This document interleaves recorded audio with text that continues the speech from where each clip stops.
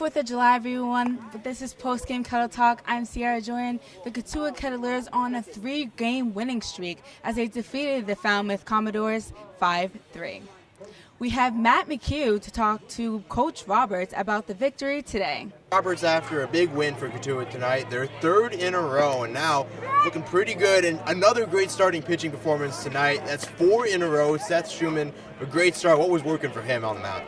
Well, I just think he changed speeds really well tonight, and against the Falmouth club, which is a big, strong group of guys, you better change speeds because they really have a very good team. I like playing them already. We've played 3 times. We get a 4th time tomorrow, but they're outstanding, and so I just thought he did a good job of pitching both sides of the plate and changing speeds, and so did Kitchen.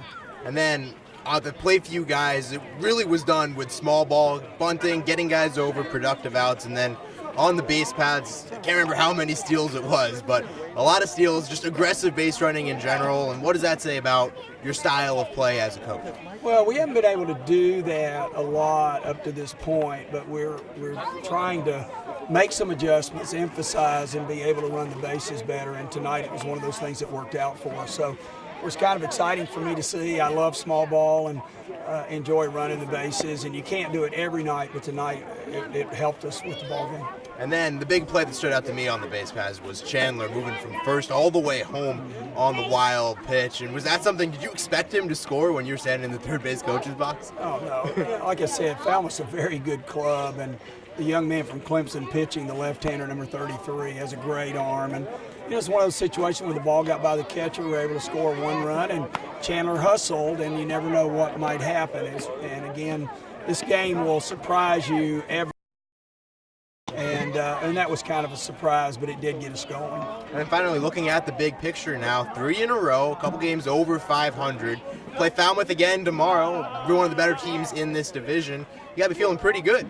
Well, I won't feel good at all. No, till we get to the end of the season. Again, as I told them, we'll be back at work tomorrow, working on some details after camp. And every game matters. Every game counts the same. And Falmouth, like I've said 3 or 4 times already, they're a very good club. And when we go down there tomorrow, it'll be a different ball game, and we got to be ready to play. And we want to be ready to play. I mean, the guys came here this summer to have a phenomenal experience, but their first experience is on the field, and that's to play well. And this group has done a wonderful job of that.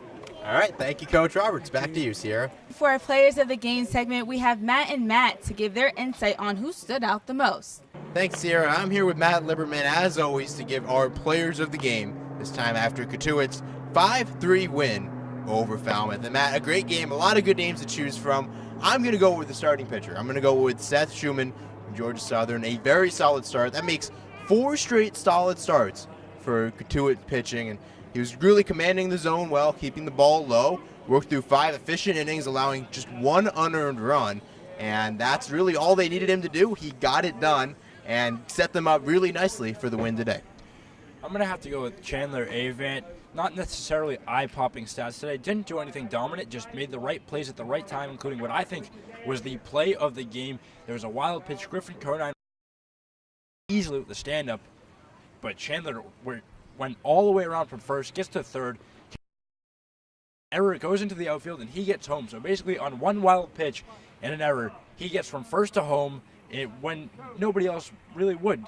Coach McCall talked about it. I mean, 80% of runners would not have run that hard. They would have gotten there, they would have seen the wild pitch, and they would have jogged. But he sprinted it, and that's why he was able to get home and spark a Cotuit offensive run that helped them hold on to this game. I just was trying to be aggressive. I took the bases second, and then I saw he still hasn't gotten to the ball, so I took off to third. And then once I got to third, the pass ball to third sent me home. So just trying to hustle, and it's a hustle play. The Kettlers will be going against the Falmouth Commodores once again tomorrow at 6 p.m. Thank you once again for watching Post Game Kettle Talk. I'm Cierra Jordan, and good night.